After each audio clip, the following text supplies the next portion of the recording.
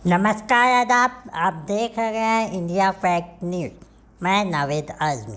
जैसे कि आप जानते हैं कि हमारे स्टूडियो में हमेशा खास मेहमान आते रहते हैं, उसी प्रकार आज भी हमारे स्टूडियो में बहुत ही खास मेहमान मौजूद है जिन्होंने पाकिस्तान को लोहे के चने चबवा दिए थे। जी हाँ, आज हमारे साथ मौजूद है सूबेदार कारगिल युद्ध के पवन सर। पवन सर, इंडिया फैक्ट न्यूज़ में आपका स्वागत है।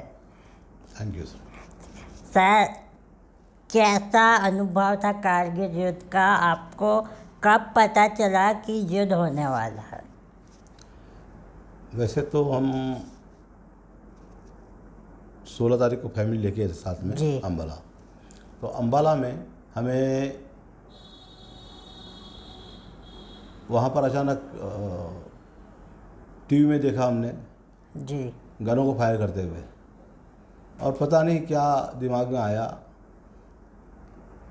लगभग 20 तारीख को 19 तारीख को मुझे थोड़ा इच्छा हुई कि चलो वैष्णो देवी घूम के आते हैं। जी। परिवार को लेके 2 बेटे थे मेरे, एक जी। उस समय 4.5 का था, एक 7 साल का था। जी। तो दोनों बेटों को लेकर के मैं वैष्णो देवी गया। 20 तारीख को गए शाम को।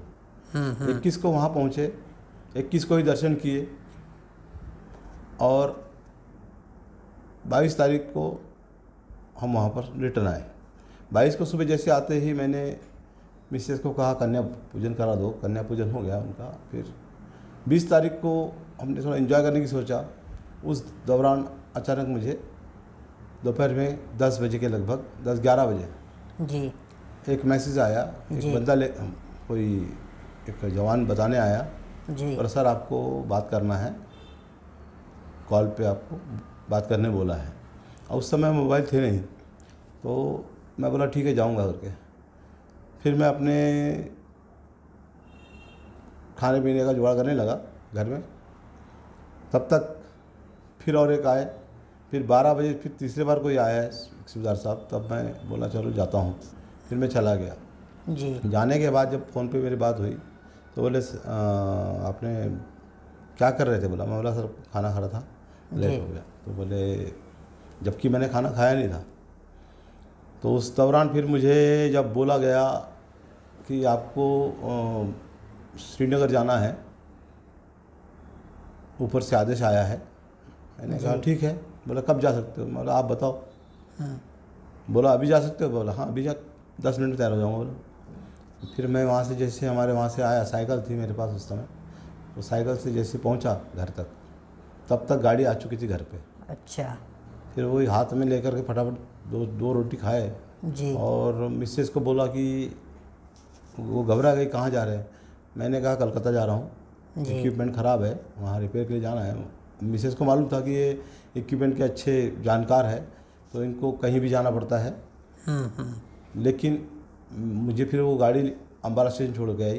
अम्बाला स्टेशन से मैं चंडीगढ़ बस में बैठा, चंडीगढ़ ट्रिब्यून चौक पे उतरा। वहाँ से नॉर्थ कैंप के लिए अचानक गाड़ी वहाँ पर खड़ी थी एक। ओके। हम मेरे लिए ही आई थी। तो उन्होंने बोला आप HMT पवन? मैं बोला जी सर। बोले बैठी गाड़ी में। फिर बैठा। वहाँ से लेके मुझे नॉर्थ कैंप ले गए, और वहाँ पर तुरंत ही नॉर्थ कैंप में शाम को लगभग 4 बजे जो सब्जी वाला प्लेन जाता है चंडीगढ़ से ले के श्रीनगर ले, उसमें मुझे बिठा करके ले छोड़ दिया गया। चंडीगढ़ सॉरी श्रीनगर छोड़ दिया गया। जी। श्रीनगर छोड़ने के बाद मैं वहाँ पर 5 बजे लगभग पहुँच गया। तो हल्का अंधेरा, मतलब शाम हो गई थी। जी। शाम के समय फिर मुझे मिलने के लिए मैं गया हमारे DDME साहब के पास। तो वहाँ वो थे नहीं, तो बोले हॉस्पिटल गए। तो मैं सोचा चलो नज़दीक हॉस्पिटल है, वहाँ जाता हूँ। जी। जी। जब वहाँ गया तो वहाँ देखा लाशें 22 पड़ी थी ऐसी। अच्छा। तो साहब तो वहाँ से निकल गए थे। वो देख करके ऐसा एकदम खून में उबाल सा आने लगा। हाँ। फिर वहाँ से हम लौट करके हम जब भी हमारा इंटरव्यू हुआ, जी। बोला आपको कोई समस्या है कहीं जाने के लिए? मैंने कहा सर हमको तो कोई समस्या नहीं है, जी जी सिर्फ मुझे एक थोड़ा कॉल करना है भाई को। बोले क्यों? मैं बोला सर अभी फैमिली लेके आया हूँ, 6 दिन हुआ है, जी जी इसीलिए। फिर उन्होंने मुझे कॉल लगा के दिया, क्योंकि वहाँ से हॉटलाइन होती है डायरेक्ट कामठी। तो हमारे एक फ्रेंड के घर में लैंडलाइन फ़ोन था, वहाँ से कामठी कैंट के थ्रू वहाँ कॉल लगाया गया। तो मैं अपने भाई से बोला एक काम करना, अपनी भाभी को और बच्चों को लेके चल जाना। जी जी मैं तुमको अंदाज़ा है मैं कहाँ आया होगा, जी क्योंकि जी भाई बीइंग ए पुलिस जी मैं था, इसलिए वो समझ गया कि कुछ न कुछ गड़बड़ है, भैया कहीं दूसरे ही काम में है, कोई ख़ास काम में। उसने पूछने की कोशिश किया, मैं बोला तुम्हें कोई मतलब नहीं, तुम अपना जितना बताता हूँ उतना करो बस, क्योंकि हम वहाँ से कुछ बता नहीं सकते हैं ना कुछ बोल सकते हैं। और वैसे भी भाई लोग सब समझदार थे, तो भाई लेके आ गया। फिर जैसे हम वहाँ पर इतना बात बोल करके जब मैं वापस आया तो साहब ने बोला यार आपने भाई से कोई बात नहीं की है, सिर्फ इतना ही बोला? बोला सर, बोला वो भाई हमारे समझदार है, वो समझ जाते हैं क्या होना है क्या नहीं। फिर उन्होंने मेरी पीठ थपथपाई, बोला बेटा बहुत अभी बोलो, बोला आप क्या काम कर सकते हो? बोला सर कहाँ जाना है, कारगिल जाना है या बटालिक जाना है? तो उन्होंने कहा आप तो काम क्या कर सकते हो? मैं बोला सर मैं कोई भी इक्विपमेंट हो 90% मैं रिपेयर कर सकता हूँ। बोला अच्छा, किसी भी हालत में। फिर उन्होंने मुझे शाबाशी दी, बोला गुड, ऐसा जज्बा होना चाहिए, आज देश को तुम्हारी ज़रूरत है। मैं बोला सर इसी के लिए तो हम भर्ती हुए हैं। फिर वहाँ से उन्होंने मुझे भेज दिया वापस, बोले लेह में जाके रिपोर्ट कीजिए। जी तो वहाँ पर जब हम वहाँ से आए फिर लेह गए। लेह जाने के बाद दूसरे दिन लेह शाम को पहुँचे 4 बजे। तो वहाँ पर हमारे कमांडिंग ऑफिसर थे जी कर्नल गुण, उन्होंने मुझे पूछा, बात किया, और मेरा वहाँ पर आई कार्ड जो कि सेना में जमा हो जाता है लड़ाई के दौरान, वो जमा कर दिया गया। और मुझे वहाँ से अपना सामान लेकर के सुबह 5 बजे 4 बजे हम वहाँ से मूव हो गए, और 5:30-6 बजे हम मूव बैक होते हुए 7:30-8 बजे जिप्सी में बटालिक सेक्टर का दा पहुँचे। और वहाँ जाकर उन्होंने सिर्फ मुझे सामान उतारा, मैंने बोले ये यहाँ जाके रिपोर्ट करो। तो वहाँ से जैसे गए तो इक्विपमेंट बहुत ख़राब थे, मैंने सामान पे ध्यान नहीं दिया, पहले गया इक्विपमेंट को हाथ जोड़ा, क्योंकि वो हमारा रोजी रोटी है, उसी से हमारा पेट भरता है, और जिसके लिए हम भर्ती हुए थे वो हमें मौका मिला था। इसीलिए हम कोई भी काम जब शुरू करते हैं तो हम उसको पहले नतमस्तक होते हैं उसके साथ। उसके बाद मैंने देखा वहाँ बहुत से इक्विपमेंट ख़राब थे, तो तुरंत काम करना शुरू कर दिया। मेरा सामान कहाँ गया क्या हुआ मुझे पता नहीं चला उस समय, लेकिन शाम हुई तो मुझे किसी ने बताया, बोला आपका बिस्तर जो है और सामान जो है आपका, चलो हम बताते हैं कहाँ रखा है। तो फिर जा कर के हम रात में 2-2:30 बजे जा कर के, तो यानी आप लोग को पता ही नहीं रहता कि आप लोग को जाना कहाँ है, पहले से स्टार्टिंग से नहीं पता रहता? हमको एक्चुअली क्या है, जो ऑपरेशन के मामले में जी, जहाँ पर जैसे इक्विपमेंट ख़राब है वहाँ से मैसेज आता है वायरलेस के थ्रू, या तो उस दौरान क्या होता है कि जो ऑपरेटर होते हैं वो हमारे कमांडिंग अफसर को बताते हैं, फिर हमें बताते हैं आपको यहाँ जाना है, तो हम बस गाड़ी में बैठे अपना निकल गए काम पे अपने, क्योंकि हमें तो काम से मतलब रहता है। बिल्कुल जो भी है उस समय फिर हमने पूरा इक्विपमेंट का रिपेयर किया और कंटिन्यू फिर करते रहे इसी प्रकार। कभी रात को 2 बजे आना, कभी 3 बजे आना। वहाँ एक प्रकार से दिवाली सी बन रही थी, क्योंकि जो गोले की जो आवाज़ है और गोले का जो रात में रुख था, वो जैसे कोई रात में दिए जाते हैं ना जी, आकाश दिए, उस टाइप से आकाश दिए की माफक दिखता था। और अंधेरे में भी या दिन में रात में कोई समय रहता नहीं था फायर का। तो सर आप लोग को एक पल के लिए भी ऐसा डर जैसा माहौल नहीं लगा? नहीं नहीं नहीं, देखिए एक जब हमारा एक तो सेना ऐसी होती है, जी कहावत है सेना में, जी संगीन मेरे हाथों में, जी मर्दों में अलग मर्द, जी और दुश्मन को मारने में नहीं होता हमें दर्द। जी तो उस परिस्थिति में जब हमारे भाइयों का हम देखते हैं लहू, जी तो उस समय हमें घर का या किसी चीज़ का ध्यान नहीं रहता, सिर्फ ये रहता है कि कैसे ना कैसे करके दुश्मन को बर्बाद किया जाए, किसी भी हालत में, किसी भी सूरत में। जी। तो सभी सैनिक लगभग यही सोचते हैं और यही करते हैं, जी तभी देश हमारा सुरक्षित है और दुश्मन पे हम हमेशा विजय हासिल करते हैं।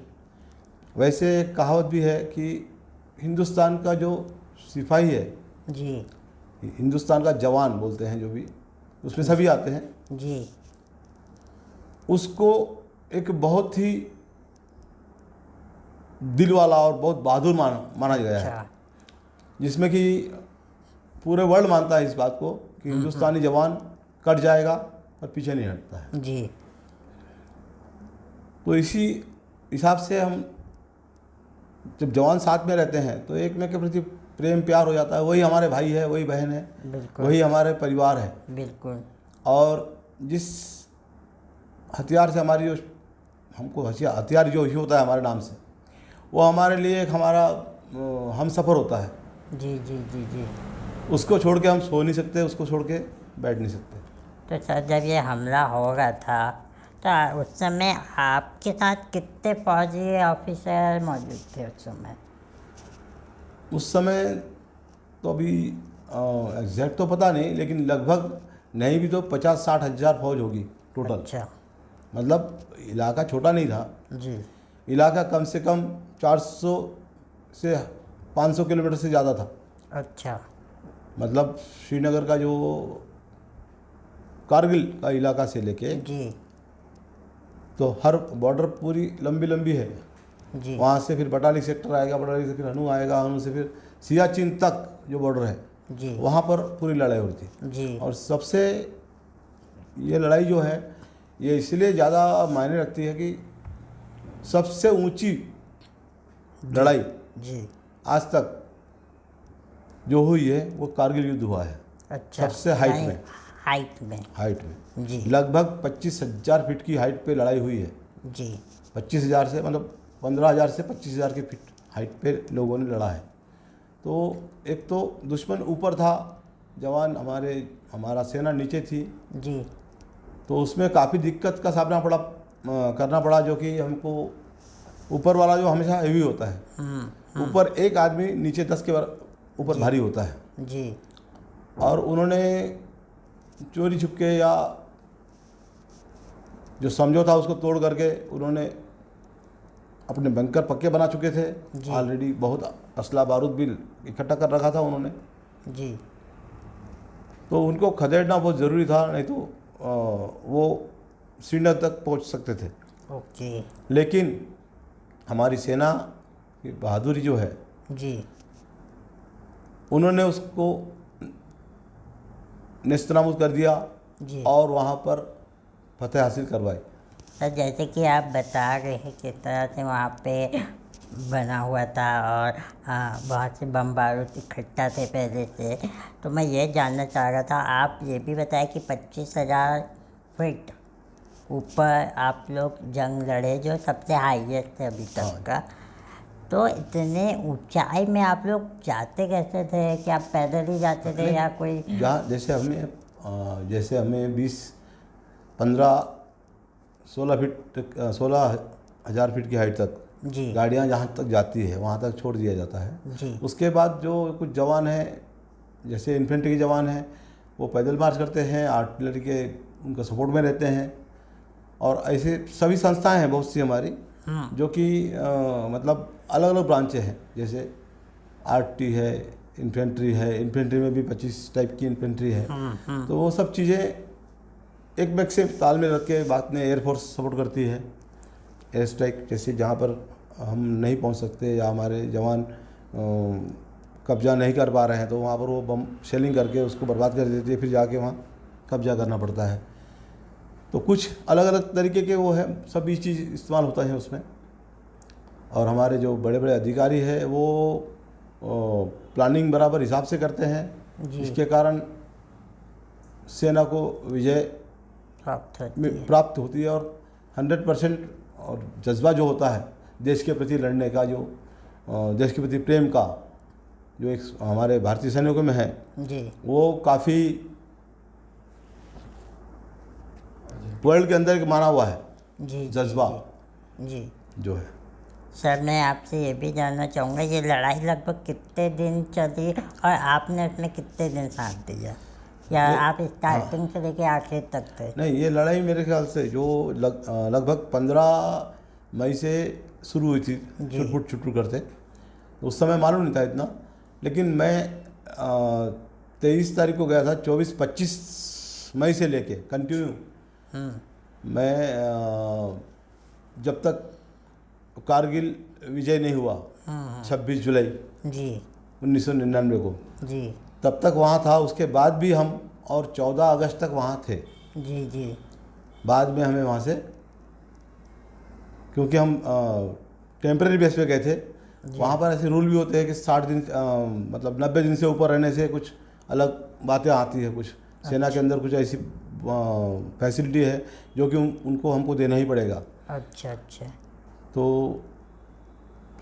90 दिन से ज़्यादा कोई किसी जवान को वहाँ टीडी या कुछ रख नहीं सकते थे। वैसे जो जवान वहाँ ऑलरेडी पोस्टेड है वो तो वहाँ 3 साल रहते हैं, 2.5 साल रहते हैं, लेकिन जो बाहर से आते हैं उनको अमूमन 90 दिन तक रखा जाता है। जो कि हमारे साहब ने बोला था कि हमारे जो अधिकारी थे, DDM साहब थे, उन्होंने बोला बेटा इससे ज़्यादा मैं कुछ नहीं कर सकता, आपको जो भी है आप रुकिए, मैं आपका लाइव बना दूंगा। आपने जो काम किया है वो बहुत सराहनीय किया है जी। तो उस हिसाब से एक में को, जैसे कई लोगों को COS कमेंडेशन मिला है, किसी को वीर चक्र मिला है, किसी को परमवीर चक्र मिला है लड़ाई में।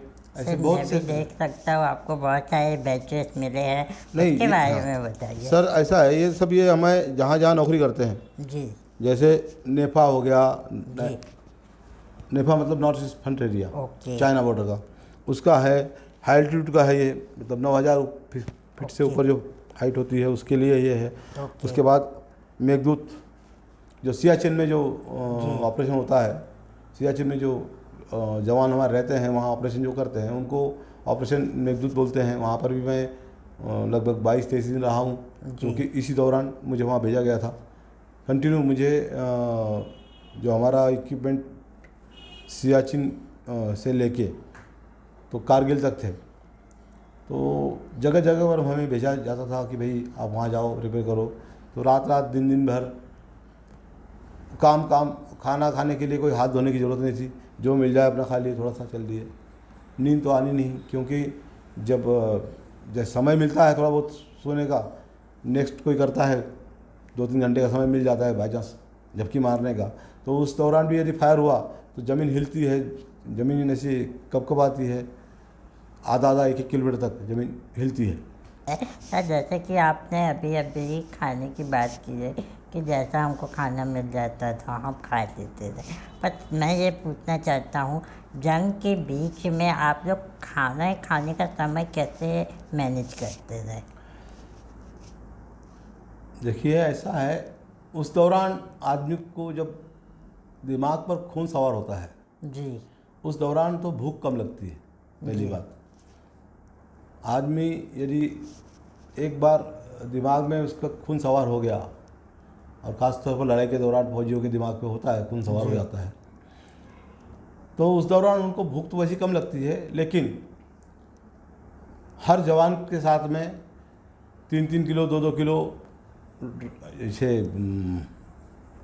ड्राई राशन, मतलब सूखा राशन, जैसे वो बोलते हैं शक्कर पारे हो गया, चना हो गया, गुड़ हो गया, ये सब चीज़ें बांध के दी जाती है कि इमरजेंसी राशन करके। जी जी।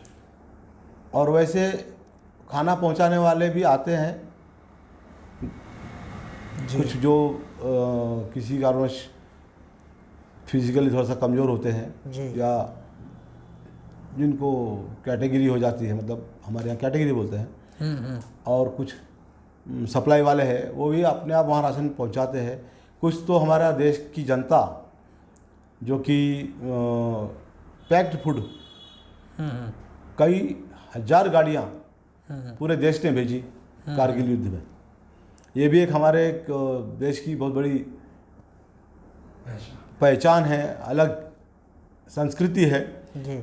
चाहे वो कोई भी धर्म हो, कोई भी जाति हो, सब एक बार जब ऐसा देश पे कोई संकट आता है तो सब इकट्ठे मिल करके आपस में एक हो जाते हैं और सेना को जो चीज़ चाहिए, पानी की बोतलें, सब कुछ ट्रकों में भर भर के कारगिल तक पहुंचाया गया। बाप रे।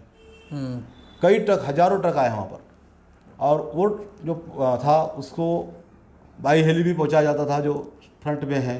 तो सर आप ये जो बता गए हैं कि ट्रकों से आता था, तो क्या वहीं के श्रीनगर के गांव वाले ही नहीं, पूरे हिंदुस्तान के। पूरे हिंदुस्तान हाँ, के। जी। श्रीनगर वाले तो क्या करेंगे, पूरे हिंदुस्तान के। उसमें आपका पंजाब, हरियाणा, राजस्थान, महाराष्ट्र, बंगाल, उड़ीसा, हर स्टेट से आती थी गाड़ियाँ। अच्छा। सब घर, अब जो हमने सुना था जब लड़ाई से वापस हम हो गए थे, बाद में और भी सेना आई थी जो जी। तो ट्रेन जहाँ पर हमारी जो ट्रेन का रूट तो साफ कर दिया गया था कि इमरजेंसी ट्रेन जाना है करके, सभी ट्रेनें रोक दी गई थी। जी। तो सेना को जो लेके ट्रेनें आई थी, हमारे कुछ साथी बता रहे थे कि वो भाई बोला जहाँ ट्रेन पे स्टेशन पे ट्रेन रुकती थी ना, तो वहाँ पूरे गांव वाले इकट्ठा हो जाते थे और पानी की बोतलें, तो ये राखी बांध रहा, कोई कुछ पैकेट्स, मतलब खाने पीने के पैकेट तो ऐसे धुंध डाल देते थे, बोला लेके जाओ, खाओ खाओ खाओ, बस लड़ो आप हमारे लिए, हमारे देश को कैसे बचाओ। जी। मतलब देश का भी जज्बा उसमें बहुत बड़ा काम आता है। जी। हम ये सोचते हैं कि चलो हम आज ये पार्टियां अलग अलग है, सब कुछ है, लेकिन जहाँ पर ऐसे युद्ध का माहौल हो जाता है या देश के ऊपर एकदम बड़ा संकट आ जाता है, जी। संकट तो ऐसे आते रहते छोटे मोटे, लेकिन जहाँ भारी संकट आ जाता है या आक्रमण हो जाता है देश के ऊपर, या हम किसी भी आक्रमण करते हैं, उस दौरान पूरा देश, सभी हमारे देश के वासी, चाहे वो कोई भी हो, कुछ ना कुछ करके सब मिल करके वहाँ तक हमको मदद पहुँचाते हैं। जी। जी। तो सर मैं ये भी जानना चाहता हूँ कि जब जंग ख़त्म हुई उसके बाद आपके जीवन में क्या क्या बदलाव आया? जंग में तो ऐसा इतना धुआं हुआ हमारे साथ में कि जब हम वहाँ से आए तो खांसते थे ना हम, तो हमारे मुँह से काला काला जैसे कार्बन निकलता था, वो लगभग मेरे से तो खुद 15-20 दिन लगभग निकला है। और वहाँ से आने के बाद हमको एक अजीब सी अपने अंदर वो महसूस होती है कि ऊर्जा, और एक प्राउड फील होता है कि चलो हम युद्ध जीत के आए हैं। हमारे परिवार को, हमारे देश को, हमारे जवानों पर बहुत नाज होता है। यही एक हमारे देश की बहुत विभिन्नताओं में एकता है, और देश की हमारी पहचान भी यही है। तो देखा दोस्तों आपने हमारे साथ पवन सर, जो कि हमारे देश के लिए कितने दिनों तक जंग लड़े और दुश्मनों को मजा चखाए। और आपको जान के बहुत खुशी होगी कि इंडिया फैक्ट न्यूज़ के तरफ से हम सर को 15 अगस्त के मौके पर 14 अगस्त दिनांक को 1 बजे से लेकर 4 बजे के बीच में आपको सम्मानित करने वाले सर। जाते जाते आप हमारे दर्शकों को क्या बोलना चाहेंगे? सबसे बात तो एक चीज़ कहना चाहता हूँ, जैसे कि देश के प्रति एक सम्मान और प्यार ये ज़रूरी होना चाहिए। एक शेर था, जो मरा नहीं है भावों से, बहती जिसमें रसदार नहीं, वह मनुज नहीं है, पत्थर है जिसमें स्वदेश का प्यार नहीं। मतलब हर इंसान को देश से प्यार होता है, होना भी चाहिए। मैं ये चाहूँगा कि जितने युवा हैं जो सिर्फ सोचते हैं कि चलो हम देश के लिए कुछ करें, उनको चाहिए कि अपना फिजिकल फिटनेस बरकरार के अच्छा फिटनेस करके सेना में जाएं। सेना की एक नौकरी बहुत अच्छी नौकरी है। मैं तो सबको यही कहूँगा कि मैक्सिमम लोग सेना में भर्ती होने की कोशिश करें। और हम उन लोगों को सुना है कि देश ने हमारे लिए क्या किया, कई सिविलियन बोलते हैं। हम ये पूछना चाहते हैं उन लोगों से जो बोलते हैं देश ने हमारे लिए क्या किया। कई लोग ऐसे होते हैं, बोलते हैं। तो हम यही कहते हैं कि आपने देश के लिए क्या किया, आपका क्या फ़र्ज़ बनता है देश के लिए, आपने क्या किया देश के लिए। हर छोटा काम से लेके बड़ा काम सब देश के लिए कर सकते हैं हम जी। जैसे कि अभी जो साफ सफाई अभियान जो चल रहा था, उसमें भी हम देश के लिए योगदान ही करेंगे। हर काम हम देश में योगदान कर सकते हैं। जैसे कि अभी जो कोविड आया था, कोविड में भी लोगों ने देश के लिए ही काम किया। देश की जनता, देश किससे है, जनता से। और जनता को जब हम सपोर्ट करते हैं, चाहे किसी रूप में हो गया, उसकी बीमारी के समय साथ दे करके, उसको सहायता दे करके, कई लोग ऐसे उनको सहायता दे करके, वो भी हम देश के लिए काम कर सकते हैं और हमें ये करना चाहिए। जी, सही बात है। तो देखा दोस्तों आपने, हमारे साथ है पवन सर, और इन्होंने कारगिल का युद्ध लड़े थे और दुश्मनों को लोहा के चने चबवाए थे। उम्मीद करते हैं आज का हमारा कार्यक्रम पसंद आया होगा तो चैनल को लाइक सब्सक्राइब करना ना भूलें। सर, जाते जाते जय हिंद। जय हिंद। स्वतंत्रता दिवस समारोह के उपलक्ष्य में पारितोषिक वितरण कार्यक्रम। इस अवसर पर मुख्य रूप से 1999 के भारत पाकिस्तान के कारगिल युद्ध लड़ने वाले वीर योद्धा सम्माननीय सूबेदार मेजर श्री पवन लाथोरिया ऑपरेशन विजय मेडल तथा समाज के लिए उत्कृष्ट समाज सेवा प्रदान करने वाले पुलिस अधिकारी, निष्ठावान पत्रकार तथा कक्षा 10वीं एवं 12वीं में 90% के अधिक नंबर पाने वाले 10 विद्यार्थियों को सम्मानित किया जाएगा। मुख्य अतिथि शब्बीर अहमद विद्रोही जी, राष्ट्रीय अध्यक्ष अल्पसंख्यक विभाग, राष्ट्रवादी कांग्रेस पार्टी। विशेष अतिथिगण मोहन मते जी, आमदार दक्षिण नागपुर। प्यारे जिया खान जी, अध्यक्ष ताजाबाद दरगाह कमेटी। अतिथिगण जावेद हबीब जी, कार्य अध्यक्ष शाकंपा अल्पसंख्यक विभाग। मनीषा धावड़े जी, उप महापौर नागपुर।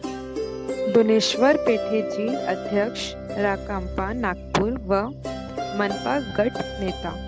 जावेद अख्तर जी, शहर अध्यक्ष AIMIM। शैलेंद्र तिवारी जी, अध्यक्ष राष्ट्रवादी युवक कांग्रेस नागपुर। शाहिद रंगूनवाला जी, AIMIM। मोहम्मद कलाम जी, अध्यक्ष मोहम्मद अली सराय कमेटी। वसीम खान जी, राष्ट्रीय कांग्रेस। देशभक्ति कव्वाली की प्रस्तुति हबीब अजमेरी साहेब। आयोजक उबैदुल्ला, नाविद आजमी, सैयद सुफियान टाइगर, इरशाद शेख, छोटे खान साहब, वसीम शेख।